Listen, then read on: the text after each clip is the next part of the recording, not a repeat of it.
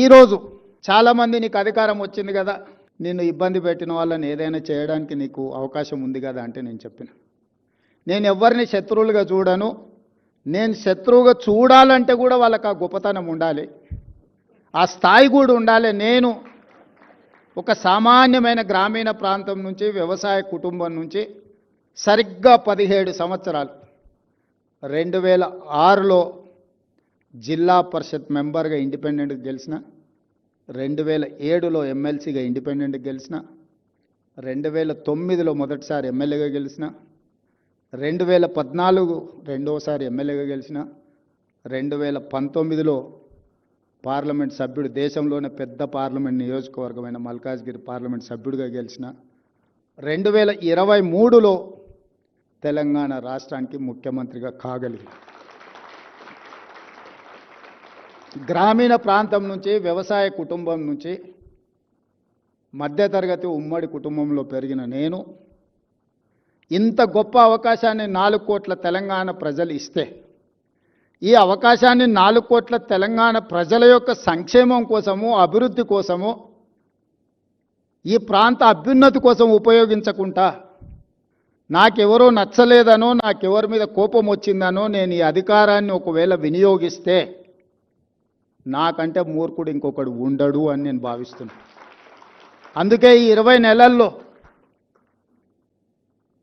నెలల్లో వాళ్ళు చేసుకున్న పాపాలకు వాళ్ళు పోతారని నేను కర్మ సిద్ధాంతాన్ని ఎక్కువ నమ్ముతా. మనం చేసుకున్నది మన ఎంబడి వస్తుంది, ఎవరెంత చేస్తే వాళ్ళకి అంత వస్తుంది, వాళ్ళు అనుభవిస్తారని నేను ఎక్కువ నమ్ముతా.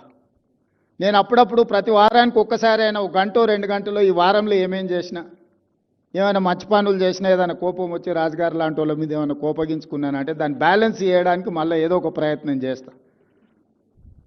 అప్పుడప్పుడు వస్తుంటుంది, అనుకున్న పని అనుకున్న సమయానికి జరగకపోతే ఓసారి విసుగు వస్తుంది, ఓసారి అసహనం వస్తుంది, ఇంకోసారి కోపం కూడా వస్తుంది. ఆ కోపం వచ్చినప్పుడు ఎదురుగా ఎవరైనా ఉంటే వాళ్ళ దురదృష్టం, నా తప్పు కాదు అది.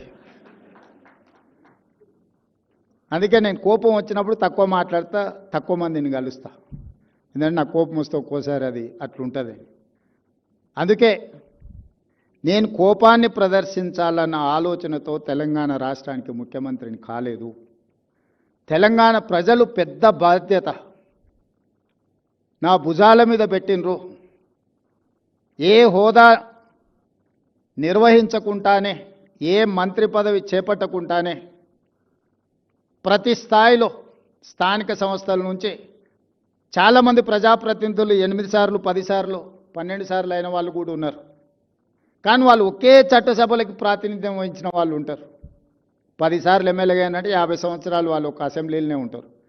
కానీ నేను జిల్లా పరిషత్తులో, శాసనమండలిలో, శాసనసభలో, పార్లమెంట్లో, అన్ని చట్టసభలలో, వివిధ హోదాలలో తక్కువ సమయంలో 17 సంవత్సరాలలోనే ఇన్ని చట్టసభలలో పనిచేయడానికి నాకు ఒక అవకాశం వచ్చింది అని అంటే తప్పకుండా దీనికి ఏదో ఒక పర్పస్ ఉంది. దేవుడు నాకు ఒక అవకాశం ఇన్ని రకాలుగా ఇస్తున్నాడు అని అంటే ఈ సమాజానికి నా వైపు నుంచి చేయవలసింది ఎంతో ఉంది అని ఆ బాధ్యతతోనే ఈరోజు ముఖ్యమంత్రి పదవి నిర్వహిస్తున్న తప్పితే నన్ను ఇబ్బంది పెట్టినరానో, లేకపోతే నాకు నష్టం కలిగించినరానో, నాకు కష్టం కలిగించినరానో నేను ప్రదర్శించదలుచుకోలేదు. నా గెలిపేజాలు వాళ్ళ దుఃఖానికి, ఇంకంతకంటే బాధ, ఆవేదన నేనేమియగలుగుతా వాళ్ళకి?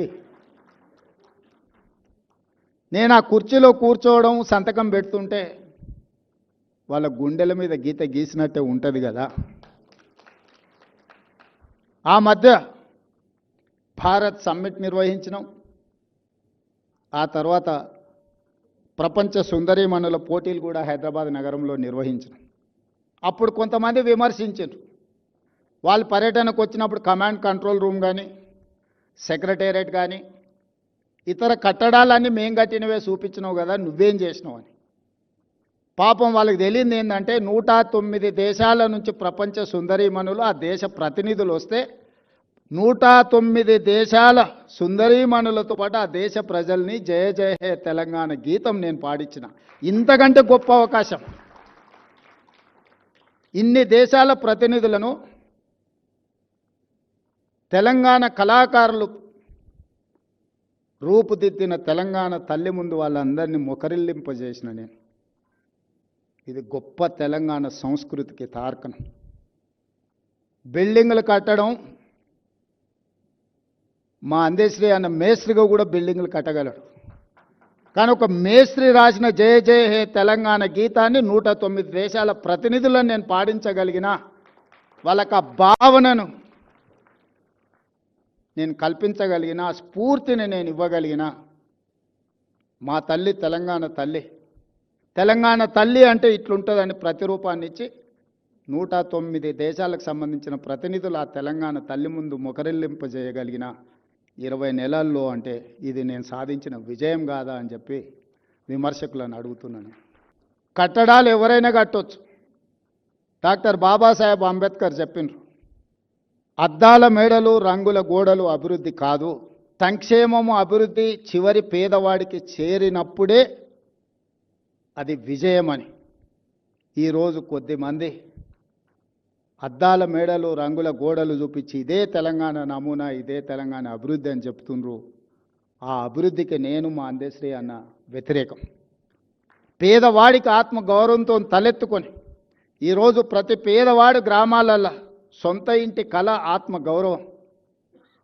4.5 లక్షల కుటుంబాలకు ఇందిరమ్మ ఇండ్లు ఇచ్చి ఇల్లు కట్టుకొని సొంత ఇంటిలో పేదవాడు ఆత్మ గౌరవంతో, ఆడబిడ్డలు సొంత ఇంటిలో కుటుంబంతో గడపగలుగుతున్నారు అని అంటే అది ఆత్మగౌరవం.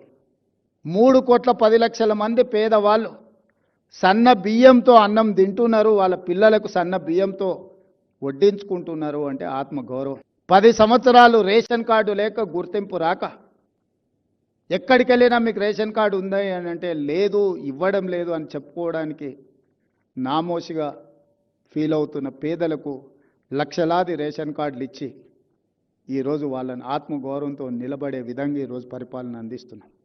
ఈరోజు ఎవరైనా ఒకనాడు ముఖ్యమంత్రిని చూడాలంటే అదో గొప్ప సన్నివేశం. ఇవాళ ఎవరైనా ముఖ్యమంత్రిని చూడటం కాదు, ముఖ్యమంత్రిని కలవచ్చు, ముఖ్యమంత్రికి చెప్పుకోవచ్చు.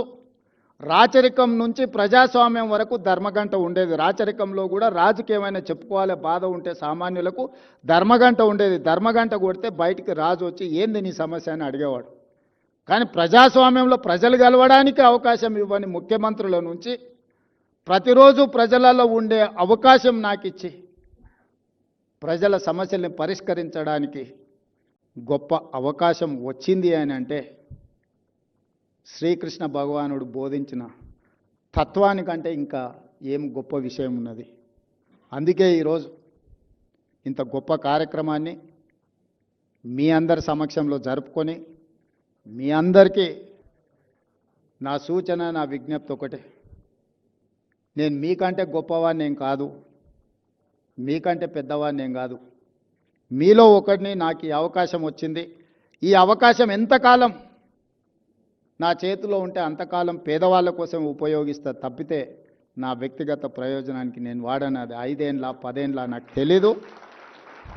నేను జిల్లా పరిషత్ మెంబర్ అయినాడు ఎవరు ఎమ్మెల్సీ అవుతా అనుకోలే. ఎందుకంటే 2006లో శాసనమండలి లేదు, 2007లో అది కొత్తగా వచ్చింది. వచ్చిన వెంబడే నేను శాసనమండలి సభ్యుడిని అయినా.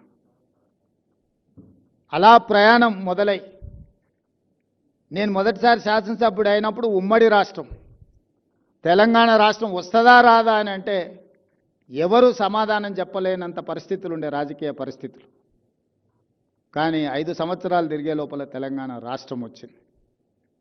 ఆ వచ్చిన రాష్ట్రానికి నాకు 2వ ముఖ్యమంత్రిగా అవకాశం ఈ ప్రజలు ఇచ్చిండ్రు.